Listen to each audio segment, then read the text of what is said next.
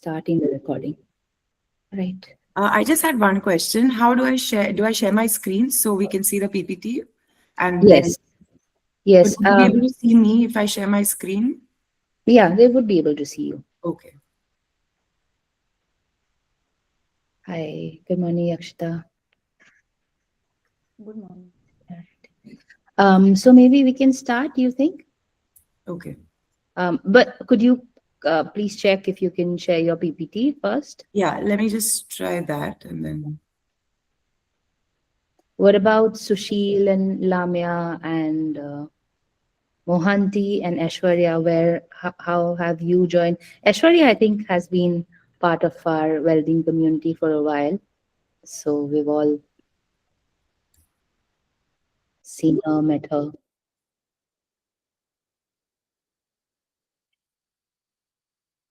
We can see your face and we can also see the presentation. All right. Okay. But before you start, maybe I can, but yeah, actually you can start if you feel like that's the Right. much I'm just easier time. figuring it out because I can't, you see, like I can't really move. Trying to figure out how to do this. How to scroll my PPT basically. Okay, okay. The cursors on top. Yeah, I mean the cursor's not moving. Would you want us to help you with that? Yeah, could you help me? Is it? Um, do you think Yakshita can share screen? Yeah, I think you can share the screen and just keep moving as I speak. So it's easier for me to focus. I'll talk and then you can just keep.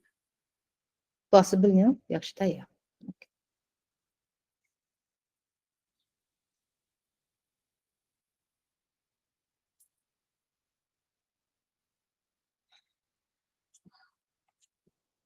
Maybe you can stop sharing now, Rhea, if you want. Okay, yeah. But yeah, this is the part that I was saying that it was really interesting to even meet with Ria because she's somebody who's had a career in oil and gas and was sponsored by Nike to market as a fitness um, influencer and a coach, I think, also. No, not And a coach. Just I was a sponsored athlete. So I was in okay. their shoots and their ads at some point. Exactly. And we might have come across your profile because you Yes. said that Right. page grew phenomenally and Yeah. it was doing quite well.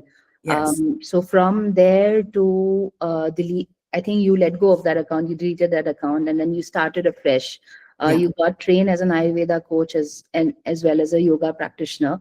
Yeah. And you sort of apply your skills and you apply yourself and you offer this in the form of retreats and courses and webinars such as these. Yeah.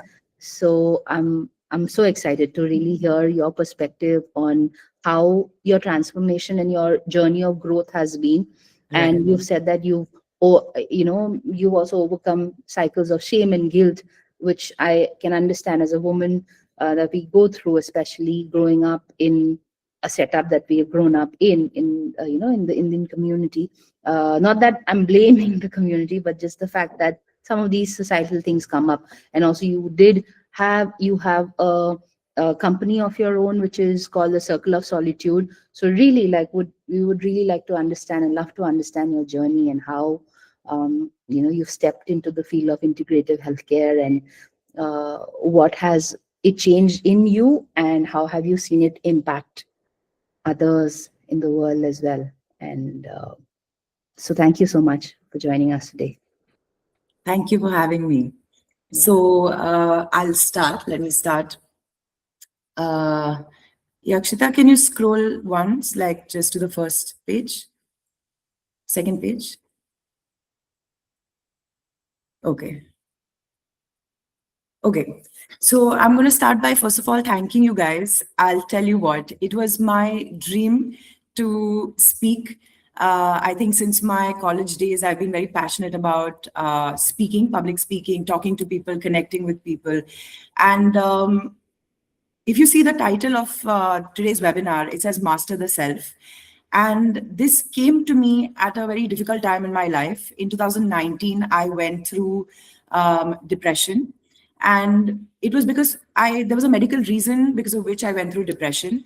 But all I could think about was retreats, connecting with people. So you can imagine that, when you're depressed and you're mostly lonely, I all I could do was stare at the ceiling. And I was sick and I didn't even know. I hadn't really gone to the doctor because I couldn't understand what's exactly happening with me. All I could do was lie down and stare at a ceiling. Um, at that time, all I could think about was travel, was taking people on these retreats, and figuring life out and figuring the spiritual aspect of our lives. And I think that that gave me hope, and that kept me going till I actually found out what happened. I met a doctor, helped me understand what's going on, and I was able to heal from it. I will talk about this a little later, but something came to mind at that time, and that was master the self. And it became something that I wanted to introduce to people, talk to people about. Because often we are, when we're born in our families, we're socialized through society. Our agents of socializations become our parents, our school, our friends, our neighborhood. And we grow up learning certain things from the society, and we form our personalities from what we've been conditioned with as well. And throughout our lives we believe that that's the only path, and that's exactly who we are, right? And what I've often understood is that that leads to a disconnection somewhere along the way in our journeys, because we're not encouraged to break away from what we have been taught and explore who we really are outside of that. And I think most problems we all face in life, when we feel disconnected, we feel we're anxious, we hate our jobs, we are in the wrong relationships, maybe we're not getting along with our parents. I think a lot of these reasons, a lot of the reason why this is happening is because we don't break away from what we've been taught and figure out what is it that we are aligned with, what is it that we want in our lives. So I came up with master the self, because what I wanted to offer people was an opportunity to dive deep and understand themselves, to finally ask the question, what do I want from myself, from my life, from my career and my relationships? And so I turned these into workshops and retreats. So let me start by telling you a little bit about my education and my life as a kid and a teenager. I am from Goa. I was raised in Goa. I lived in Goa for 17 years of my life. And I think I was always a little bit disconnected. Now, everybody who's a Goan, I remember telling people I've always felt disconnected from the place that I was born in, and their reactions are as if I'm ungrateful, because everybody wants to live in Goa and everybody would love to be a Goan. And here I was telling people that I don't connect with this place, and I feel like there's something waiting for me outside. And all my life, I felt like I had to fight to be who I was. My breakthrough came, breakdown, and then breakthrough came when I went to Bombay to study. I went to Sapphires in Bombay, where I studied economics, I studied statistics, I studied literature. I did my first 2 years there, and Bombay broke me open. I was a small town girl that went to such a big city, and I think Bombay was so fast, it matched the pace that I was looking for. It matched the openness that I was looking for. But Bombay comes with its own challenges. And college life comes with its own challenges. Figuring out who you are at that time, is, I think, one of the most challenging things we do. Um, I made some good decisions, I made some bad. I left college in 2 years because I wanted a change of subject, and I had to move to Goa. So I moved to Goa, studied all over again. I did my first year, second year, and third year. I studied again literature, sociology, and political science, finally graduating in literature. As soon as I got out of college, I took up a job in maritime, that is your marine shipping. You might have heard of bulk carriers, tankers. So I joined a small little job in Bombay, which I also left pretty soon. I wanted to explore a couple of other things, so I went to writing. I did a lot of content writing. I wrote for Humans of Bombay for a little bit. And then 2019, I was actually unemployed. I was also sick, which I didn't know, as I mentioned earlier. I had a cyst in my ovary, which I did not know. Uh, all I knew was I had no motivation to find a job, to do anything. I was broke. And I had no idea actually what is going on, did not ask for help, could not ask for help at that time. I think that is one of my lowest moments in life. And I think that at that time, I came up with, as I told you, Master the Self and the idea that I want to do retreats. Uh, but I think the isolation that I went through also made me reflect very deeply on my childhood, my life, and why up until now things have happened the way that they have happened. And I came back to Goa in 2020 and I got stuck because of COVID.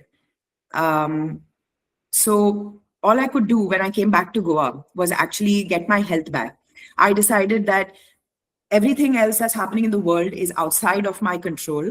And so all I can do is control my life, my emotions, and my health. And while the world is at a standstill, I pulled back from watching what's going on and turned inward, where I started to work on my health.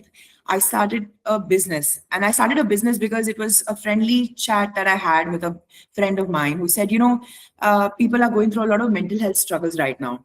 A support group would really be helpful. And I said to her, wow, that's a great idea. So I paired my idea of retreats with the support group, and we held free support groups with counselors sitting in during COVID. Um, when I started my company, Circle of Solitude, it got a lot of recognition in Goa. We were on the radio, on magazines, newspaper, all of that. But in the second wave of COVID, I had to shut it down because my business partner, her parents were sick. I was all alone. And secondly, nobody, I mean, you couldn't step out of your house and, nobody would have come for retreats. So it was a really difficult time. I was navigating through, career changes and wondering what exactly am I supposed to do right now. So that point, at that point, I made a very important decision. Now, when you're trying to run a business and you want to get into entrepreneurship, I think there's a little bit of, this ego that you don't want to go back to getting a job. It feels like a failure, right?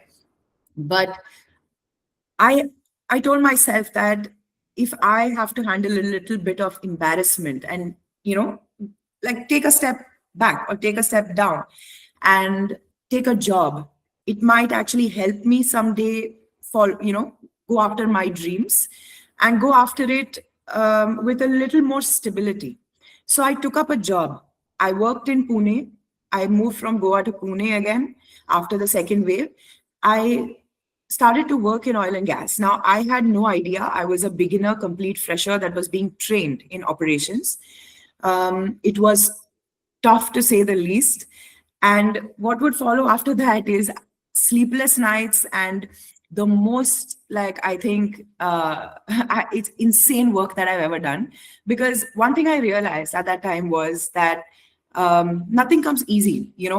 We all, I think, I see on social media so much that we talk about hustle culture and, how, of course, it burns us out, and nobody wants to be a part of that. But I'm going to be very real with you today and tell you that what I've realized in my journey in oil and gas, or, a really like serious corporate job, is that if you want to get somewhere and you want to make progress in a really competitive industry, you have to hustle, sadly.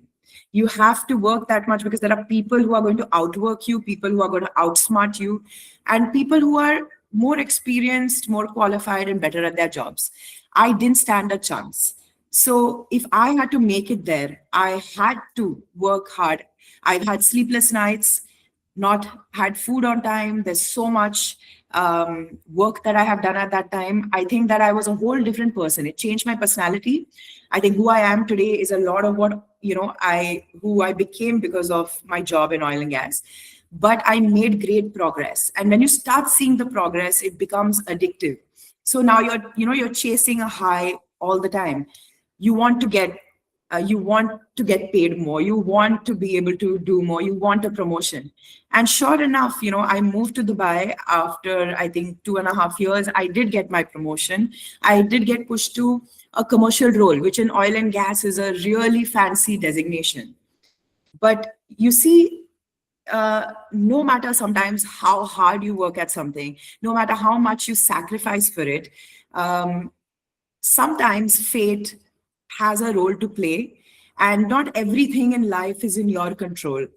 Um, this year, in 2025, in the beginning, as we all know, Trump came into power, and the world as we know it changed, the markets changed, and because of which my work slowed down completely. In 2025, I was supposed to be in the US, I was supposed to be in Vietnam, and I was supposed to be traveling the world. So you can only imagine how excited I was that I was finally going to be living my dreams. And all of that, exactly January or February came crashing down, where I understood that it's not going to happen. But I didn't lose hope. I waited. I waited and thought, let's see what's going to happen. Let's see, maybe it'll happen. And I kept pushing, right? And I kept preparing. I kept reading and preparing. And there was a lot of stuff in my mind, right? Like I was like, am I doing the right thing? You know, is this job right for me? Is this industry right for me?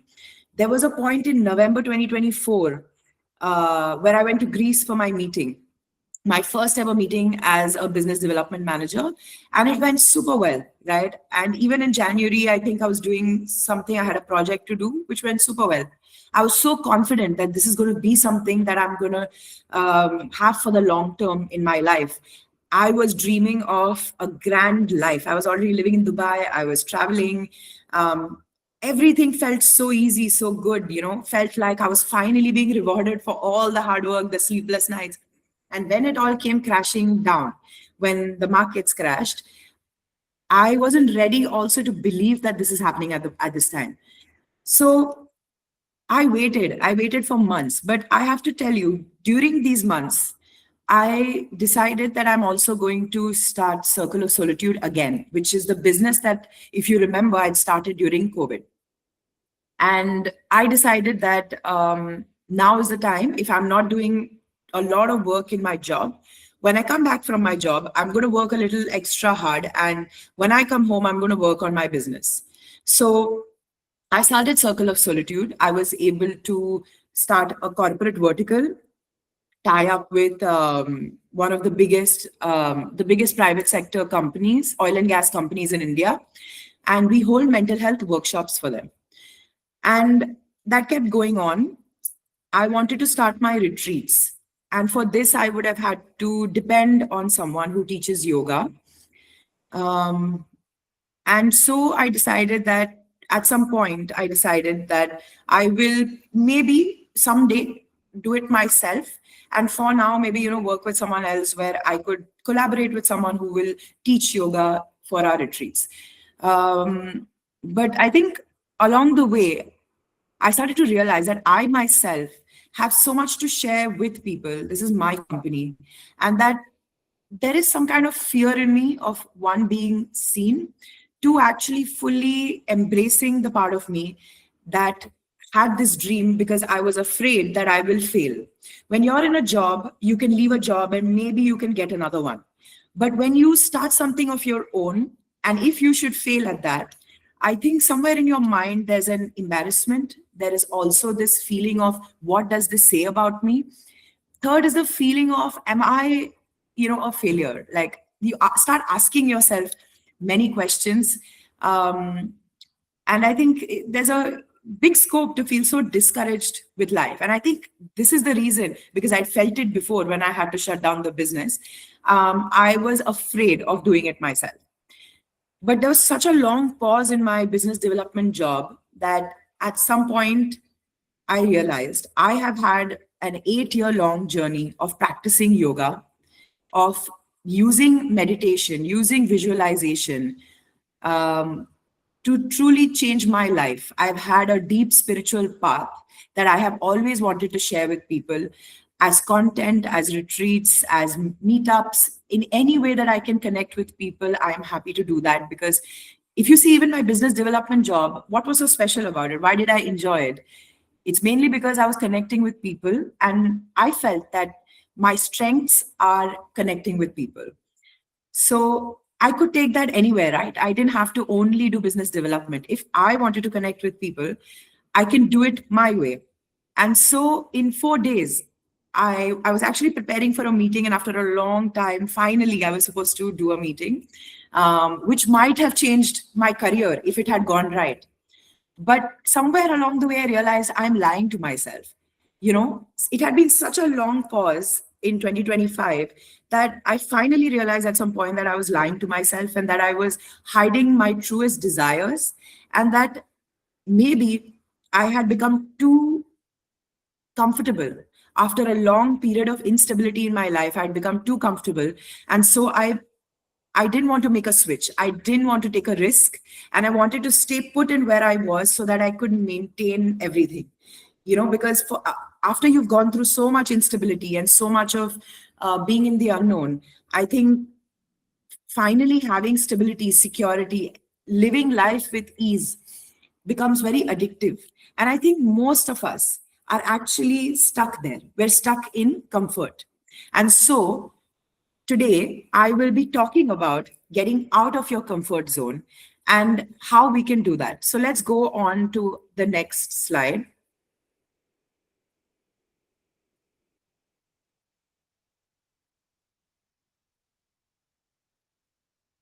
One second. Yeah. Let me figure this out.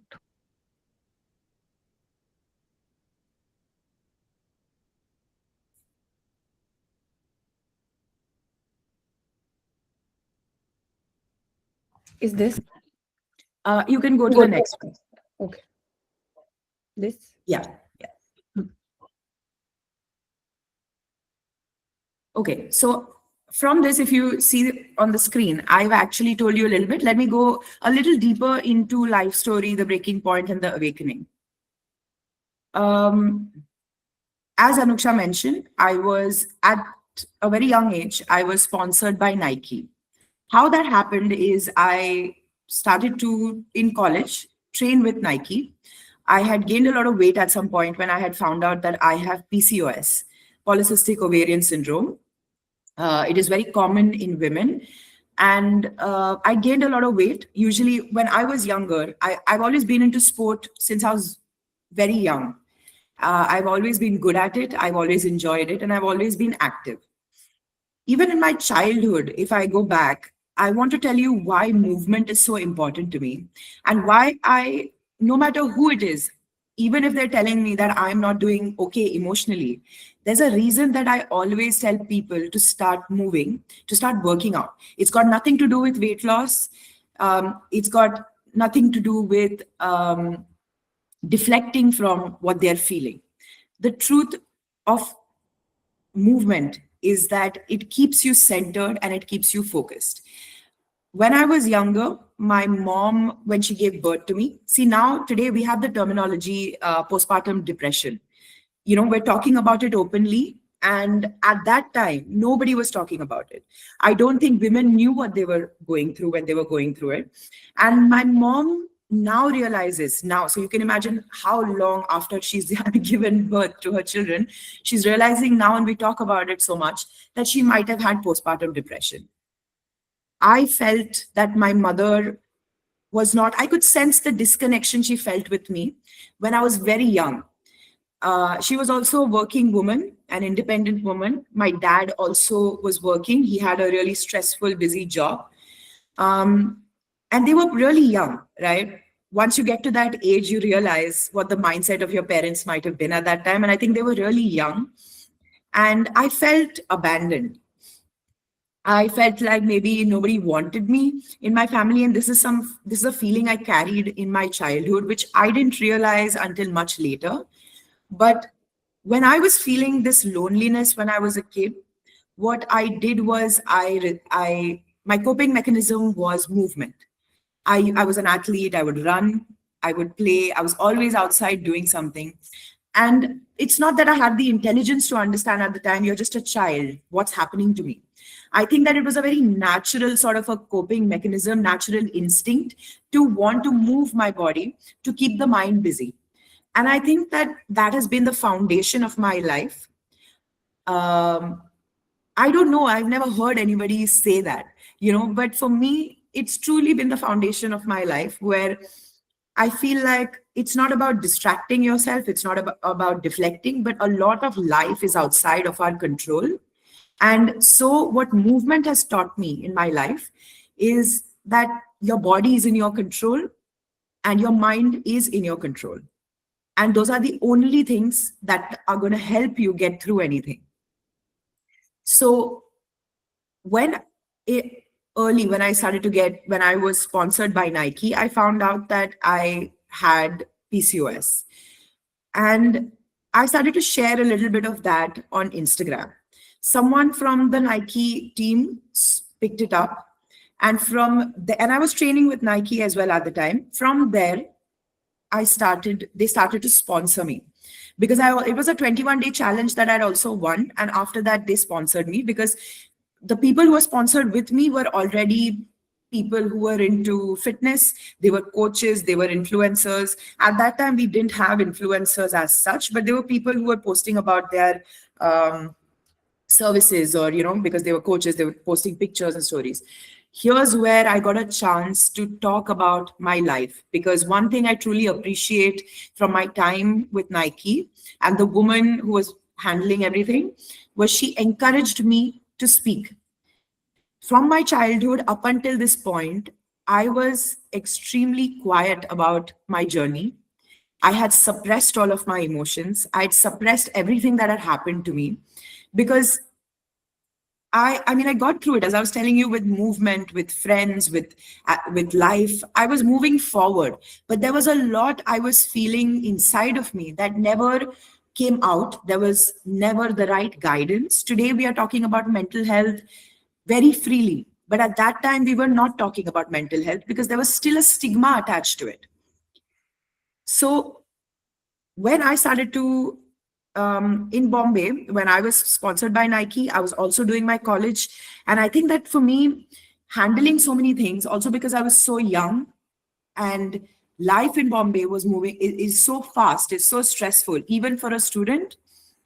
I think that all of it came together, and I think all of my wounds and anything I had faced in my life up until that point started to pour out.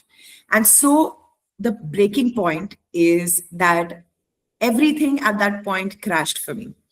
I was not able to work out properly. My mental health suffered. That would be the first time that I went to a doctor to tell the doctor what's happening to me. And the doctor let me know that, I was experiencing depression and that I needed help with my mental health. I had to go back to Nike and tell them that I need a little break. I'm not able to post, how I usually do. And I think slowly, about 2017, I let my sponsorship go because I could not keep up. What was expected of me, or the pressure I felt, was I held myself to a certain standard, right? Because so young, I was sponsored by Nike. I was also doing well in my studies, but my body was not cooperating with me. My mind was not cooperating with me. I had started to feel so burdened. That was my first real burnout.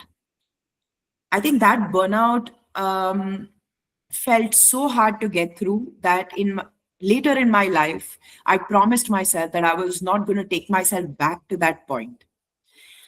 And, when we experience burnouts, we think that it's only exhaustion from maybe working or our busy lives. But what I've come to understand is a burnout it's goes deeper than that. I think burnout is also the emotions that we're feeling that have never been expressed. The fact that we don't have the right help or the right guidance, and we get extremely tired of living the way we're living.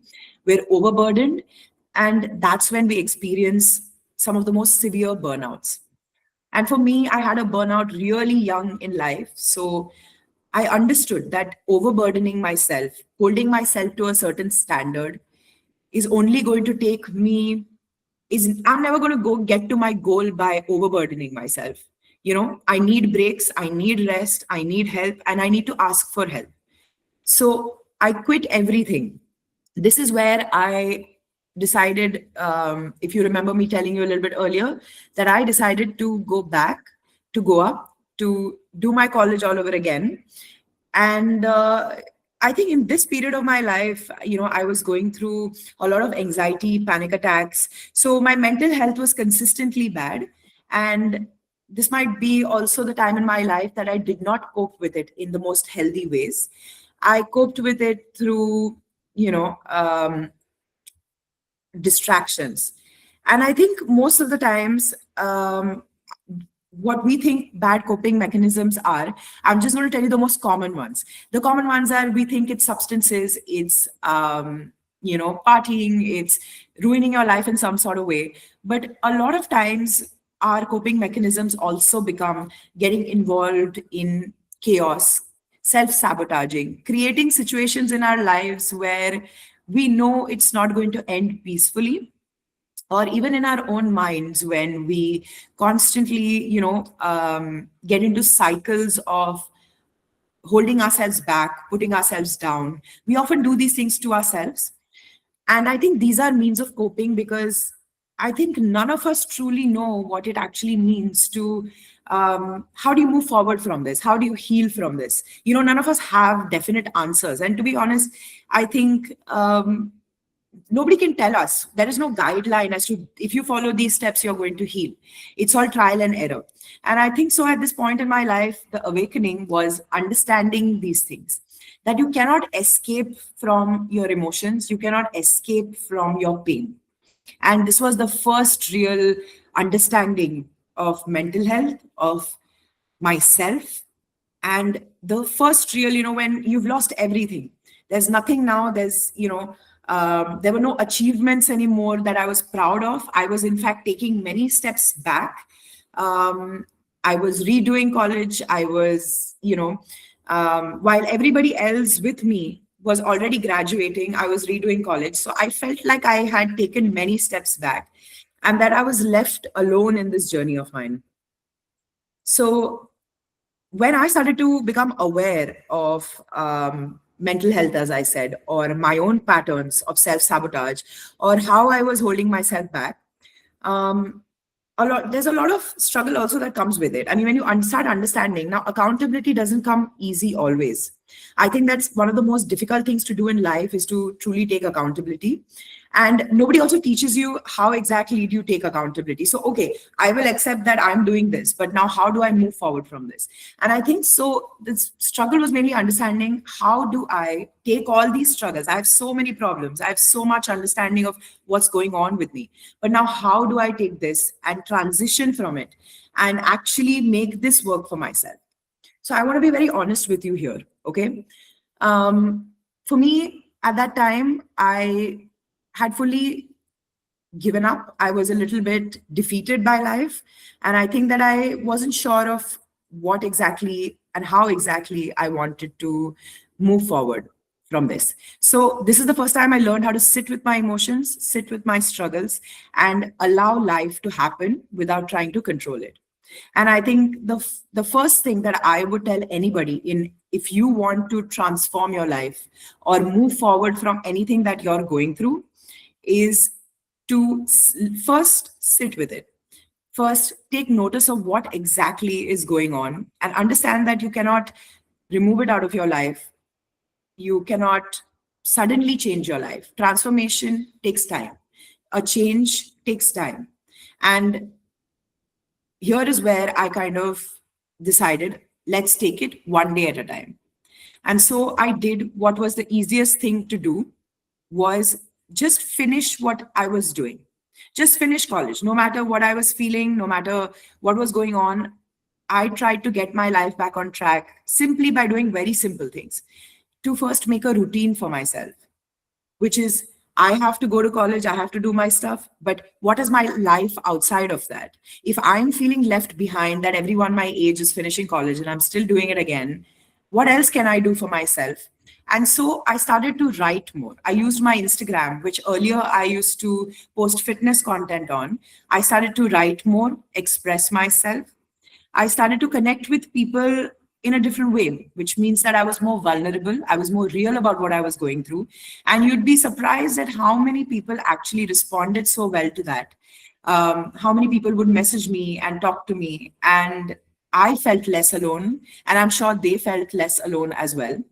I also made some really warm friendships at the time. And I also got a little bit of time to heal with my family. All this time, I've not been able to address what's going on and what had happened with my family.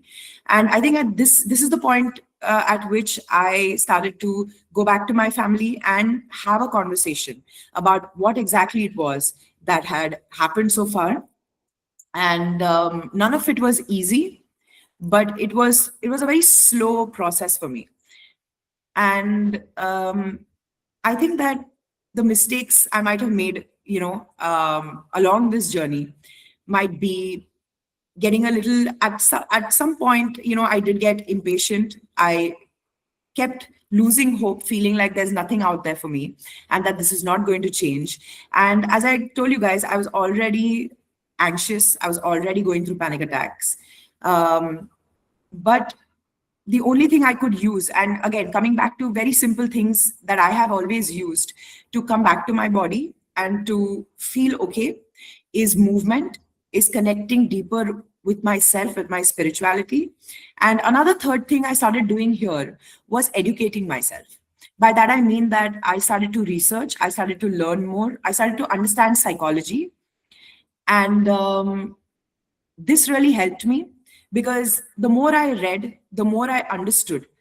And I started to really search for ways in which I could heal myself. What do I need to understand? Here is where I started to understand things like conditioning, things like enmeshment with your families, things like trauma, and what are parental wounds, how do they play out in your life. And understanding a lot of these things is what propelled me basically into a transformation. Just give me one moment before I continue.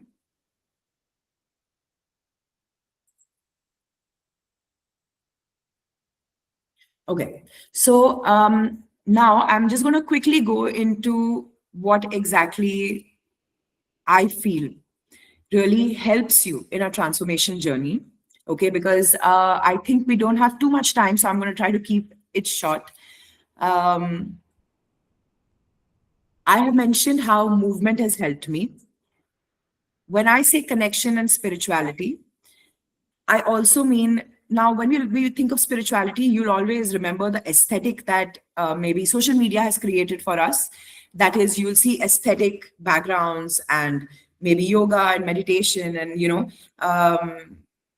it looks peaceful, right? It all looks peaceful. It feels like as if you're forgetting everything that's happening to you. But the reality of meditation and diving deeper into yourself is that you become even more aware of your reality, your thoughts. So many people ask me, how do I meditate? I can't meditate. I keep having all these thoughts.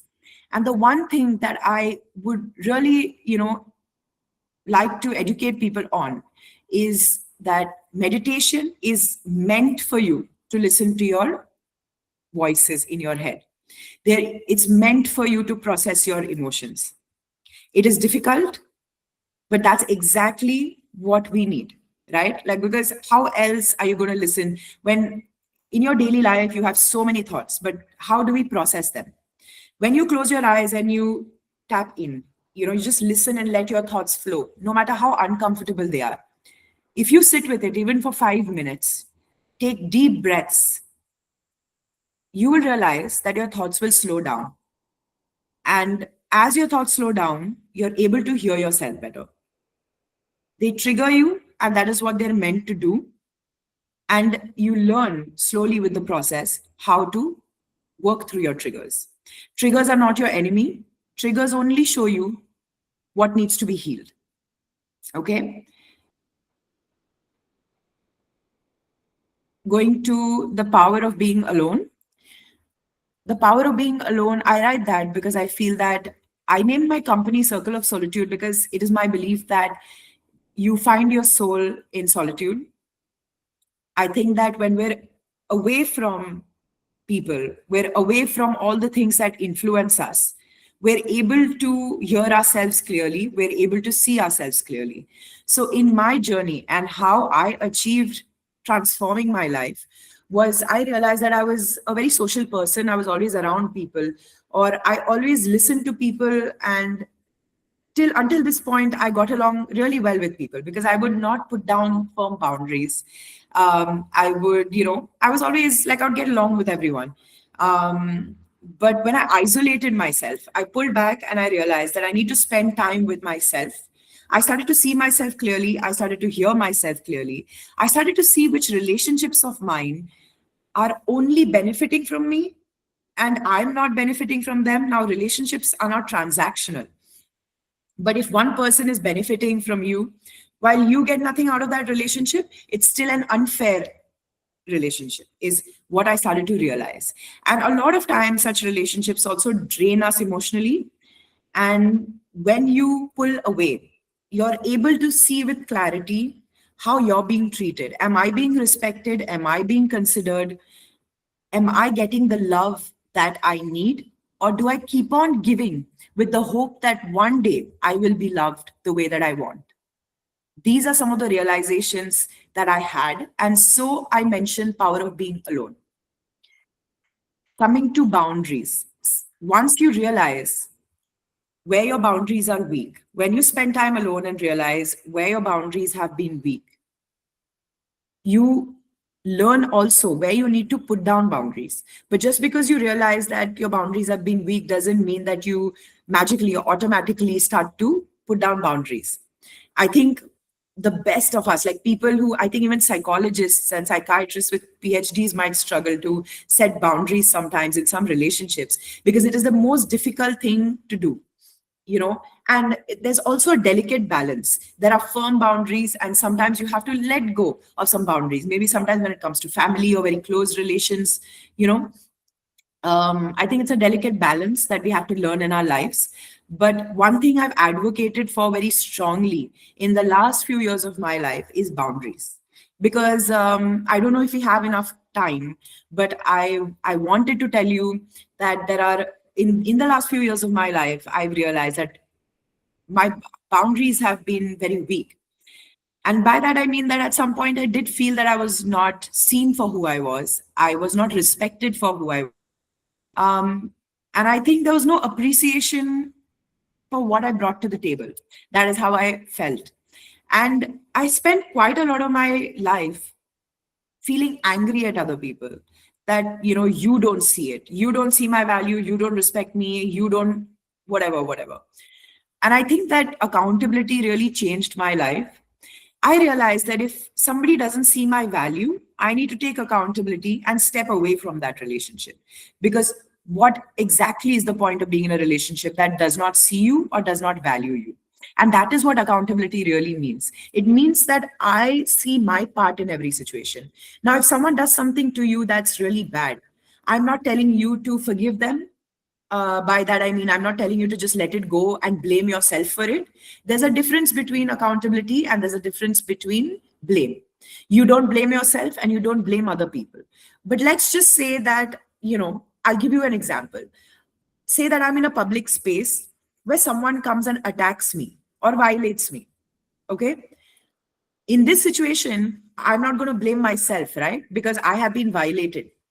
And what has happened to me is wrong. And in that situation, I'm not going to blame myself saying, why did you go there? Why did you? I mean, you're allowed to be in spaces and not be violated. This is your right. But in some cases, okay, such as when you know that maybe I know there are going to be certain people, that might not be right for me, or the environment might not be right for me. I think taking accountability looks like maybe I should have known because I already knew I shouldn't have been there. And I knew there was a chance that this might happen. So I take accountability. I know what happened to me was wrong, but I take accountability that I should have probably made a better choice. And the next time, I don't show up at those places. The same way in relationships, when I take accountability, I say that I realize what my part is in this. I realize that I actively engage in this myself. and that I need to take a step back. And that is what accountability looks like in most areas of our lives. Okay. Being in the right environment and who influences you. The reason I mention this is because I believe that all of us are conditioned to um, believe that we come from a certain place and that there is a certain behavior that has to happen with it. And I think that it starts when we are children and it goes on until adulthood. All of us have some kind of idea of what our identity is, which family we belong to, which religion we belong to, and what kind of people we are. Our society also divides people into good person, bad person. So if I do this, am I a good person, or if am I a bad person? I would like to encourage people to think for yourself. Ask yourself, when you do something, do you feel you are a good person or do you feel you're a bad person? Because sometimes in our society, standing up for yourself is seen as being problematic, seen as being confrontational and not a good person. But I hope I can change your mind when I tell you that standing up for yourself is there's no connection between being a good person and standing up for yourself. If anything, you're being a good person to yourself. And it is extremely important to stand up for yourself, which is why I mentioned right environment and who influences you. It's very important we understand whose voice is in our head. When we make choices in our life, whose voice is in our head?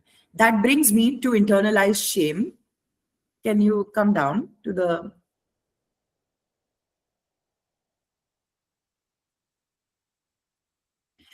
if you see, I've spoken about childhood conditioning forming your personality. Let me talk a little bit about how it shows up in your relationship with yourself. So, as I was saying, that a lot of times we don't stand up for ourselves because we think that we don't want to be problematic, we don't want to be seen as confrontational or creating fights. Most of the times, maybe in our families, in our friends, what a lot of us do is we suppress our emotions and let things go. A lot of times when we also stand up for ourselves, you might notice that other people will try to silence you by making you feel guilt, making you feel shame. And I'm sure all of us are aware of this because at some point in our lives, we have all felt it, whether that's from our friends, our partners, or our parents. We've all felt this shame. We've all been told not to be problematic, or that we're being too sensitive, or we're creating a problem where there's nothing, or we're being dramatic. And the word tantrums is used a lot in our society, even for children. If you notice, when children start crying, or that children don't know how to express themselves like us adults, right? They don't know how to use their words to tell us how they're feeling. They often cry, they break things, they start to act out. Maybe they're mischievous, what we do is we see that as a problem. We don't ask the question, what is this child actually feeling and what are they trying to communicate? Now, all of us here in our childhood have done the same thing. What makes all the difference is the adults near us. How did they deal with this? Did they call them tantrums? Did they try to punish us? Or did they actually lean in and ask us, what do you want? Try to figure out what you want and help you communicate what you need. So we learn the relationship with ourselves. We form this in our childhood because of the influence that we have around us. We see adults live their lives and we learn how to live our lives from them. Often, a lot of us carry this into our adulthood. And it is very layered. We don't even realize when we're acting from that place, but often, most of us are acting from that place. All of it shows up in our relationships with other people as well. So if you see, maybe I'll give you an example. You're with your partner and you're not happy with something, but you're not able to convey it to them. Maybe you're not able to tell them or be vulnerable with them enough to tell them this hurt me. Maybe what you do is start fights. Maybe you start complaining, and inevitably the other person may turn around and say, you're nagging me. and maybe you'll have even more conflict with the person, because both people are not able to express what they truly feel deep down. And so this is what I mean by internalized shame. Expressing ourselves and being vulnerable is sometimes also seen as being weak in our society. Most of the times when we express what we're feeling, either you will be called weak or you'll be asked to get over it. Because I know in my life I've been asked to get over it many, many times, because I was somebody who was always, I told you, I was writing about things. I would write about psychosocial stuff, I would write about mental health, I would write about social issues, I would write about my own life, and I was still told, and even today sometimes get told to get over it. And this is how our society has been conditioned since childhood. That is why we push each other, because of our own discomfort. Often the people who sit with their emotions will never tell you to get over it. They might sit with you in that moment and listen to you, but those who feel deep, deep discomfort and shame about the things that they have faced in their lives often would push you to get over it and move on from it. So this is how internalized shame shows up in our relationships with each other and with ourselves. Because of this shame, now shame doesn't just stop at expressing yourself. Shame also starts with feeling shame towards our body. A lot of times the clothes we wear, the jobs that we do, and the choices we make all reflect this shame, right? We don't want to be looked at as bad in society. We don't want to be spoken as bad in society. And I think a lot of these things determine the choices we make. So we choose the safer options. And somewhere along the journey of our lives, we realize that the safe option does not feel aligned with us, because now I feel stuck. Now I feel misunderstood and I feel trapped, right? So a lot of this comes from the shame that has been instilled in us since childhood. One moment, just give me a moment. Anuksha, I think we can just ask if they're okay, so then I can cover the others with time. Yeah. So because we are nearing, we have just 2 minutes left to 12. So can we probably take 10 more minutes, 10 or 15 more minutes, and also wanted to then, people could ask questions in the last 10 minutes if possible, if there are any questions. Otherwise, maybe 10 more minutes.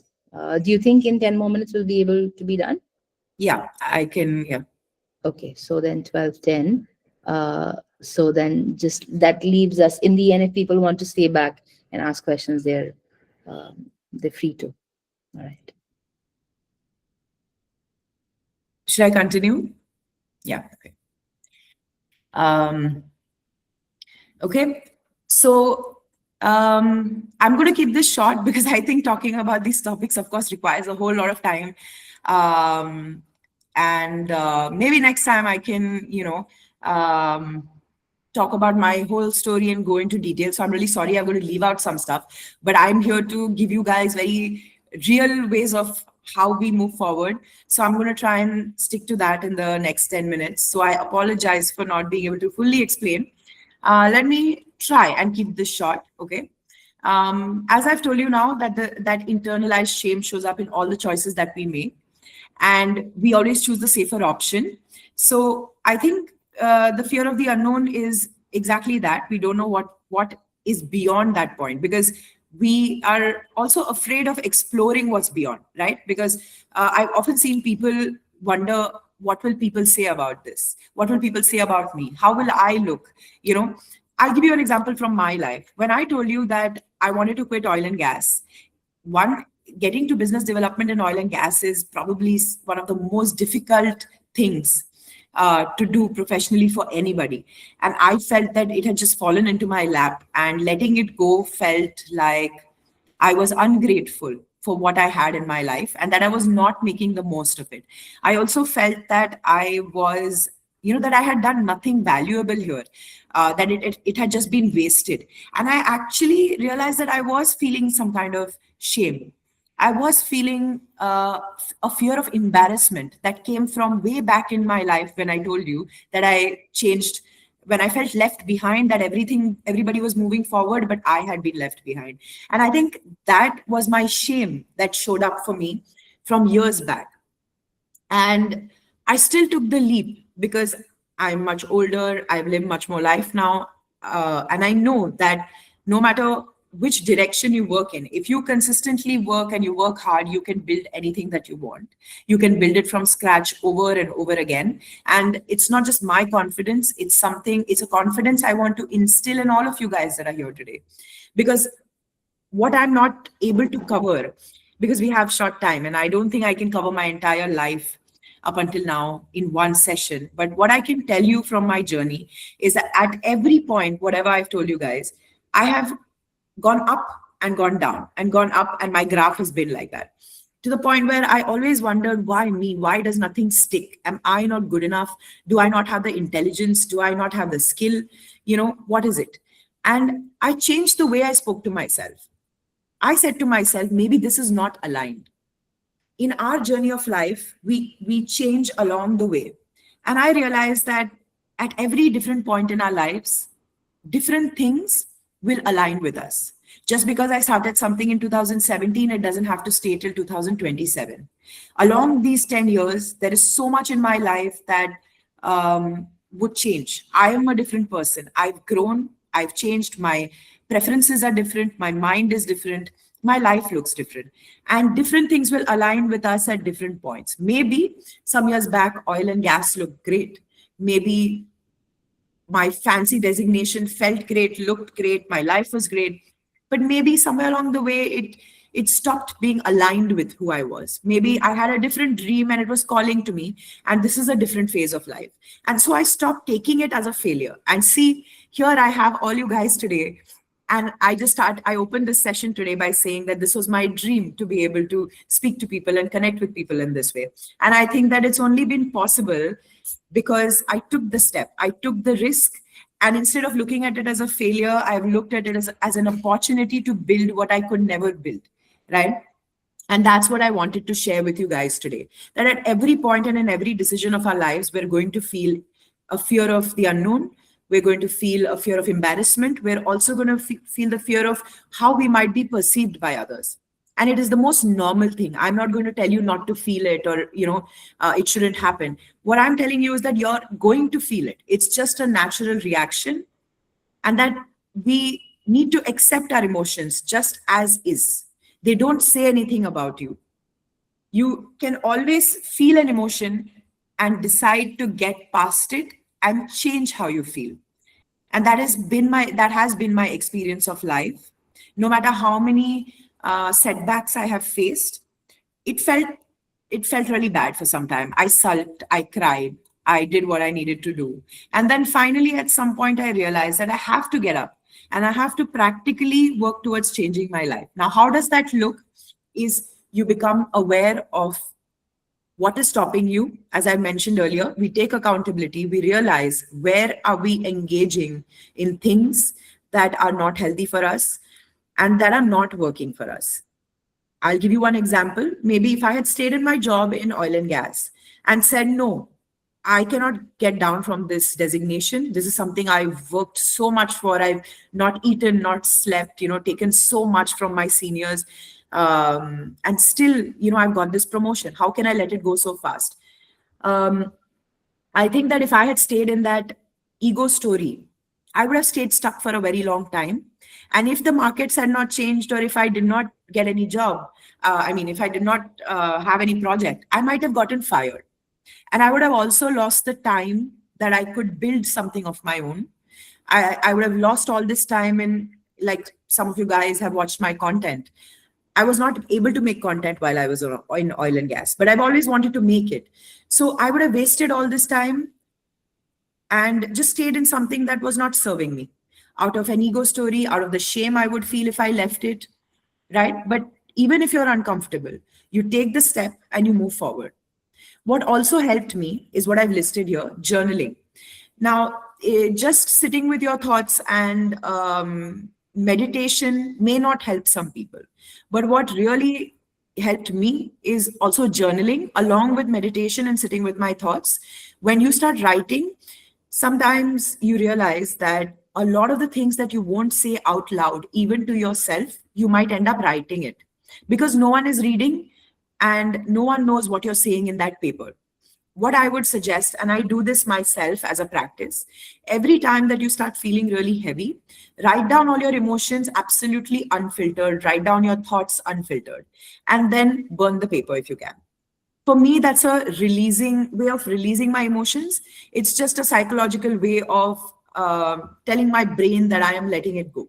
So write everything down unfiltered, and while you do this, you will realize that at some point you'll start to say some things that you may never say out loud even to yourself, and that's when you're going to realize what you've been suppressing, what you've been hiding, and probably what is the real reason that something is hurting you or blocking you. This is a great way for me to understand my own mental blocks and how to work through them.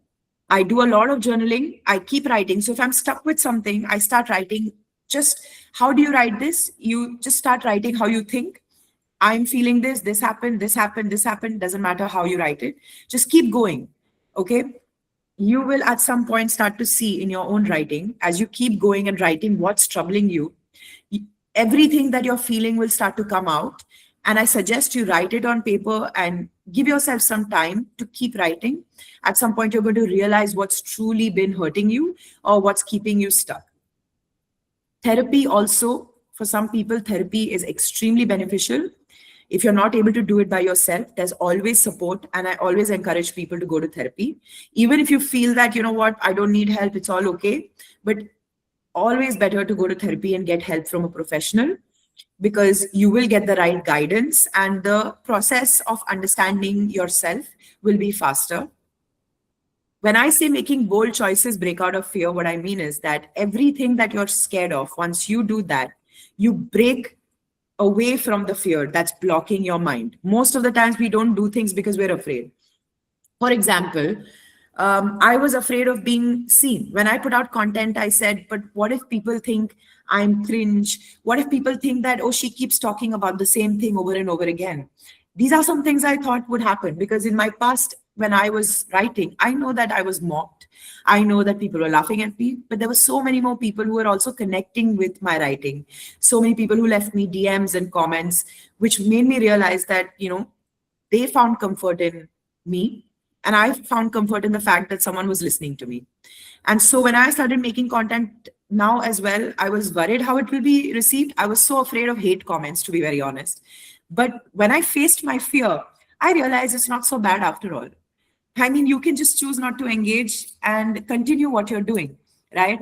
And I think for me, that was so relieving, because I was so afraid of hate comments, which is why I feel like, oh, I don't want to say something so controversial, because what if, someone starts, because I've read the hate comments on other people's reels, right? But I'm going to tell you very honestly, I've received hate comments, but not as bad. I've received more positive DMs and more supportive comments since I started making my content.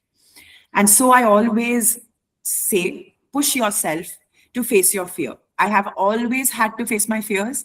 And I think that has really pushed me forward and helped me a lot in achieving everything that I wanted. I also wanted to mention here that when I say face your fears, everything that I have done, whether that's going out as a reserved kid and joining new classes, meeting new people, making new friends, traveling, everything, starting a business at 23, everything that I have done in my life, I've had to face my fear. I'm not going to lie that I didn't have anxiety, or I didn't cry, or I didn't complain about it. I did all of those things. Okay. But I faced the fear, because I know that the only way is through. There is no escaping it. You'll either stay stuck in where you are, but the moment that you open yourself up to any experience that comes your way and have the attitude that no matter what happens to me, I'm going to face it. I'm going to find a solution. I'm going to ask for help.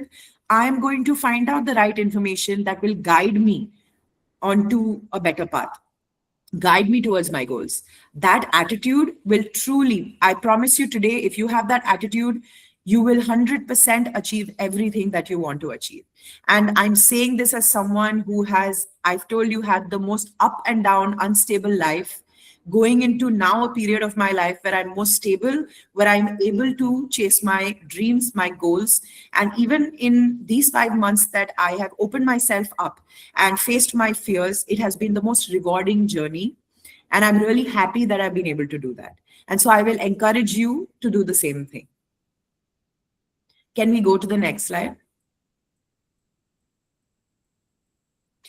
So I'm just going to now recap what I've spoken about so far. Movement, spirituality, and psychology. That those are the pillars of all the work that I do. Whether it's the content that I make, it's the brand that I'm creating, Master the Self, it's my retreats, it's my workshops, it's my daily life, right? This comes straight from my heart, my journey, my pain, my happiness, because movement has been, as I have told you, the foundation, the only way I know how to survive the worst things in life. It's my own little space that I have away from everyone else. Even when everything is going down in my life, there's one thing. I'm grateful my body can move. I'm grateful for my health, because I've seen days when I've been unhealthy. I've seen hospitals uh, every day. I've had to be on drips every day. And so I'm extremely grateful for good health, for my body to be able to move. And I think what a blessing, which is exactly why I decided I'm going to teach yoga, because that's exactly what I want to share with the world, with anyone who's in my life. I think when I become, best friends with somebody, I become really close to somebody, the first thing I will do is take you to a yoga class. I will take you to a boxing class. I will take you out somewhere, to move with me, because that is my way of bonding with people. Spirituality. I believe that we're all on the spiritual path. But maybe some of us accept our spiritual path and some of us don't accept our spiritual paths. And that's okay. It's not everybody's journey. All of us are on a unique journey, and it is up to all of us what we want to, how we want to live, and which faith we want to accept in this life. Mine is spirituality. I actually use the word spirituality so people understand what I'm talking about. But how I refer to it is my connection to self and connection to others and everything around me. And I think that the journey we go through of understanding our shadow self and then coming out of it and going towards our higher self, our best self, that is the spiritual path. Seeing the reality of our lives, understanding the reality of who we are, and healing ourselves and going towards a more aligned path is spirituality. And I think that when we feel disconnected from ourselves is when we feel pain the most. When we feel disconnected from our surrounding, our environment, we feel pain the most. So connection to me is very important. The environment is very important. And the relationship with myself will always come before everything else. And third is psychology. I believe that we need to be practical. We need to know the facts. And there has to be proper information. All of us are capable of achieving what we want. Truly, I don't believe that there is a person in the world that cannot achieve what they want. Why I believe that is because we were all either given the right guidance, right information, because of which, and right resources, because of which we were able to do something. And those who cannot do it does not mean that they're not capable. They were just not given the right guidance and the right information and the right tools with which that they can achieve what they want. And so for me, to achieve a transformation, to achieve healing, and even in business, we use psychology. Everywhere in the world, from politics to economics to business, we use psychology, which is why for me it is so important to educate people on their own psychology and how the mind works and how do you heal the mind and how do you deal with the mind. I think the combination of these three things is what I'm offering to you today, and what I will always encourage you to do. Because if you're able to integrate these three things in your life, you will see how you leap into the next version of yourself. Because often we will only do therapy and think that it will heal us. This is not true. I'll give you an example. If you have a schedule and a routine for working out, even if you're really skinny and thin and you think I'm fit, I don't need to work out. Trust me, every person needs movement. Every person needs to work out.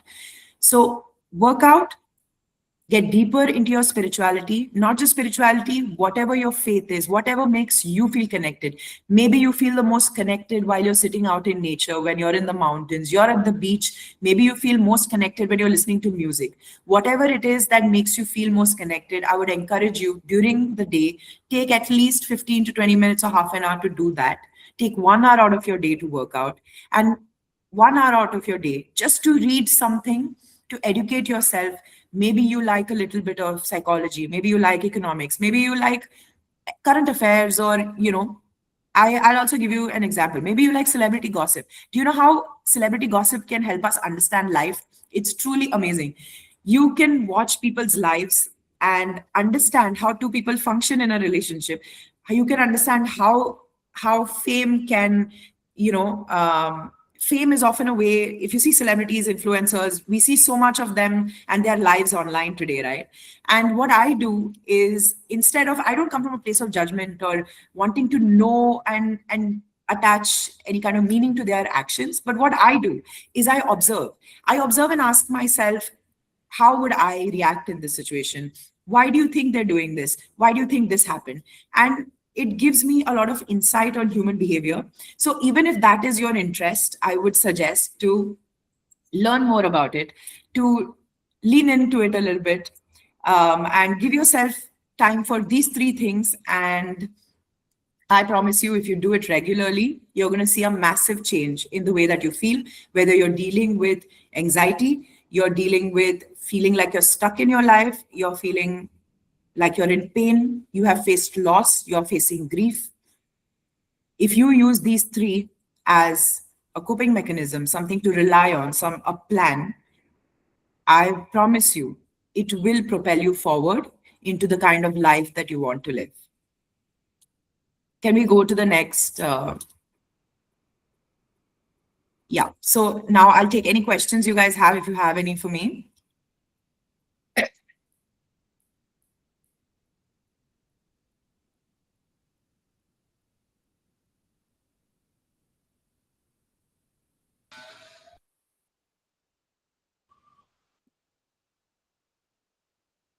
No questions. Okay. Anybody else? Like, if you guys have anything to ask me, you can.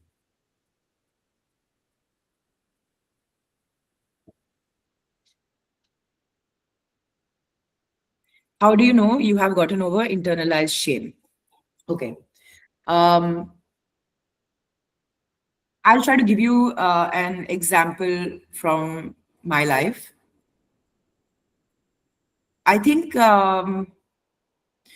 okay, this might be a little bit unconventional, but I'll tell you, this is very real for me and how I realized I'd gotten over internalized shame. I had been brought up by my mom to be a good person. And when she meant good person, she meant giving person. She always taught me, if you have more, you must give to other people, you must think of other people, and you must make space for other people. What that did to me was, when I was growing up, I started realizing that I had become too much about other people. I would consider people, I would make sure that I don't want to waste their time, I don't want anyone to feel bad, I would never disrespect anyone. I was always like, no, I always have to treat people as equal. I will never ever be classist, I will never be discriminatory, and I will never be rude or judgmental to anyone, right? Because that has been my upbringing. But what happened to me in my life along the way is, I felt extremely judged by people for my lifestyle choices. I felt discriminated against, and I felt like I was treated really disrespectfully at some point in my life. Okay. And I realized that, why was I letting all this happen to me? Because there was a part of me that had been taught that you have to be a good person to other people. You cannot do this, because what does it say about you if you do this to people, right? And it was so difficult for me. Imagine, like, I think of myself as a very open person. I'm not very shy of putting down boundaries or saying no or telling people how I feel. But I think that for a very long time, I did not put down the boundaries that were needed. I mistook being treating other people well as, like, I need to let it go. I wouldn't say anything to people. I would just ignore it. I would not treat anyone differently. And when I realized that how I realized I got over my internalized shame is in the last few years of my life, I stopped engaging with people because I felt I was like, I have the right to believe that I'm a great person. I need to believe, and I do believe that I bring a lot to the table. I'm a great person. I have a lot of value, and I deserve to be respected and seen for who I am. And so every person that I felt that did not see me in that light, I stopped engaging with them. And initially it felt uncomfortable because people would message me, people would try to push it. You know how people are, right? They're not going to let you go sometimes so easily.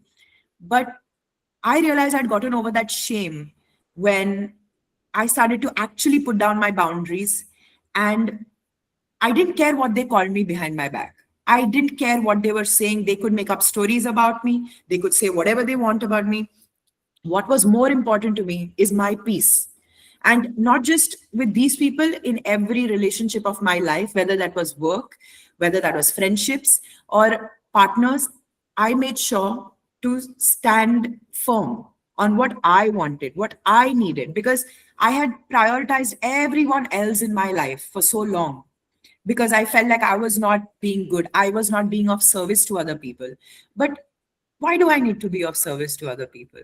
And truthfully, are people of service to me? Because if people are of service to me, why do I feel so left alone? Why do I feel like I have to do it all alone? Okay. So the moment that you're able to finally feel like, for me it was about respect, it was about seeing my value and and seeing my intelligence, and not downplaying my qualities. The day that I realized that I had gotten out of relationships and environments and jobs that did not see my value, and I started to see my value and cut off from that, I felt like I had overcome my internalized shame. Does that answer the question?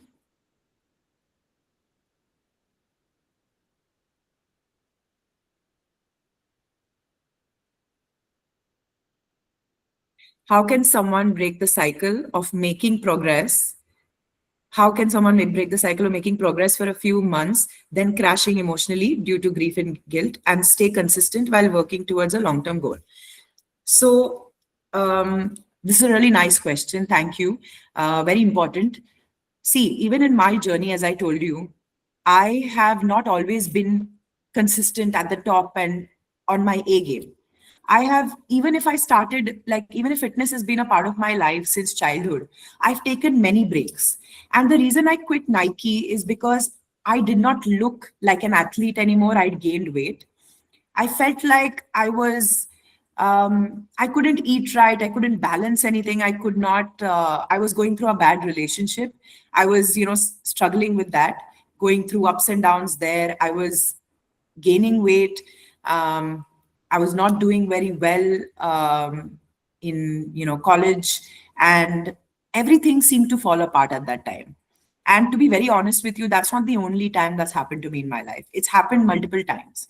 And I quit Nike because I was feeling guilty. I felt like a failure. I felt like I can't keep up with all these people.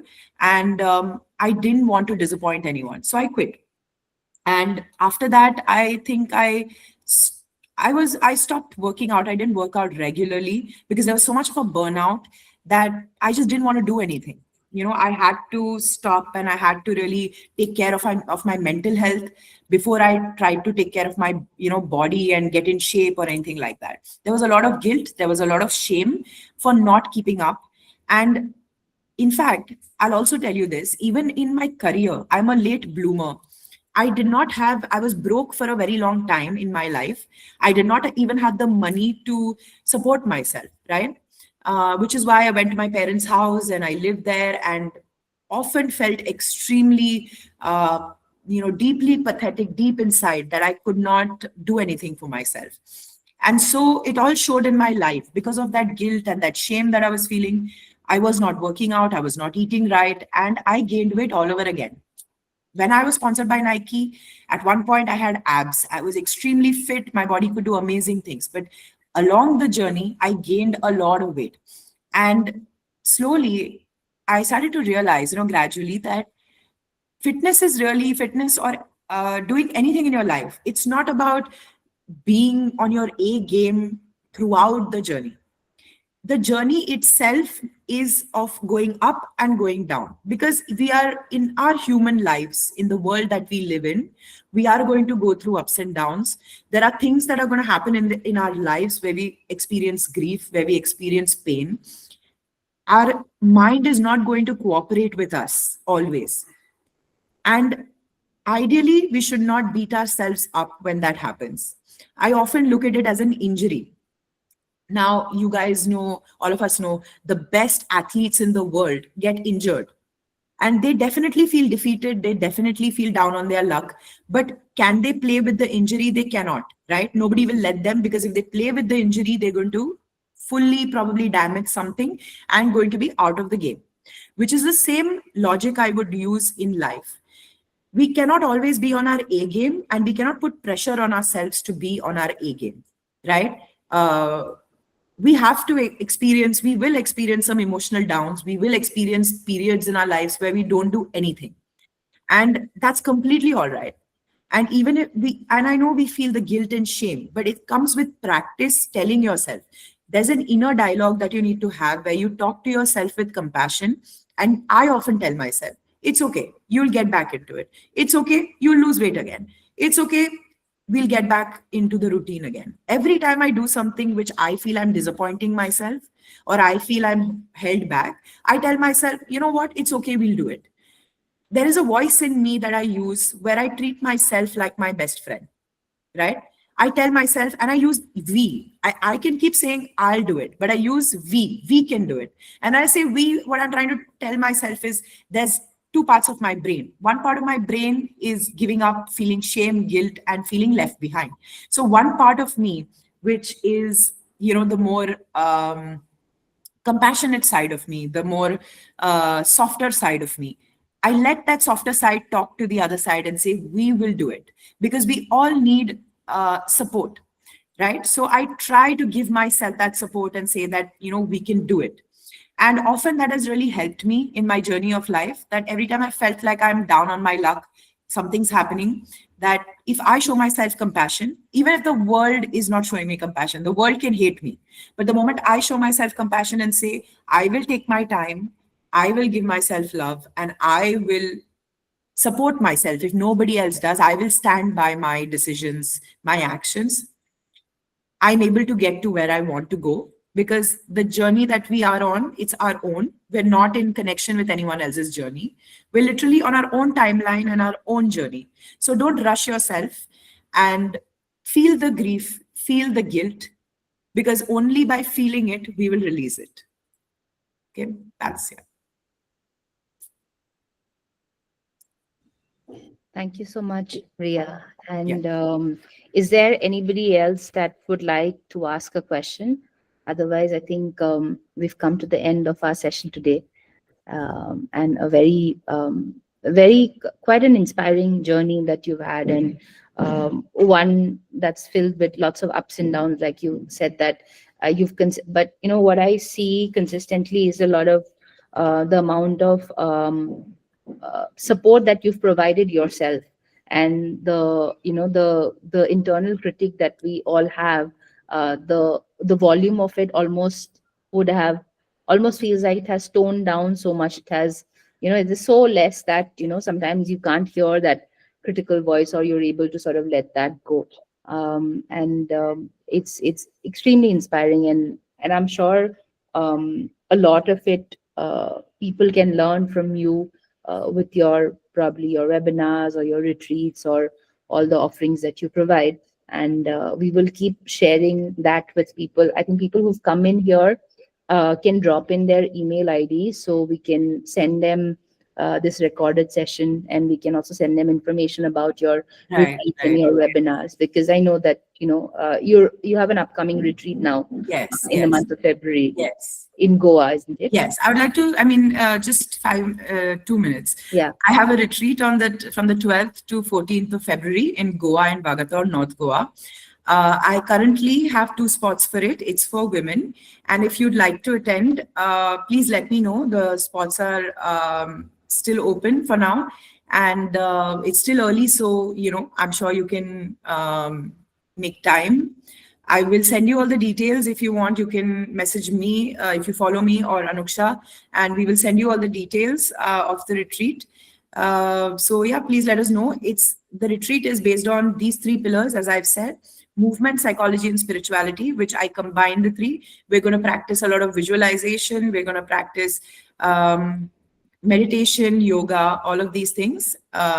And we're going to have a finance expert to give us career guidance, help us with our money blocks, and understanding how to move forward financially in our careers.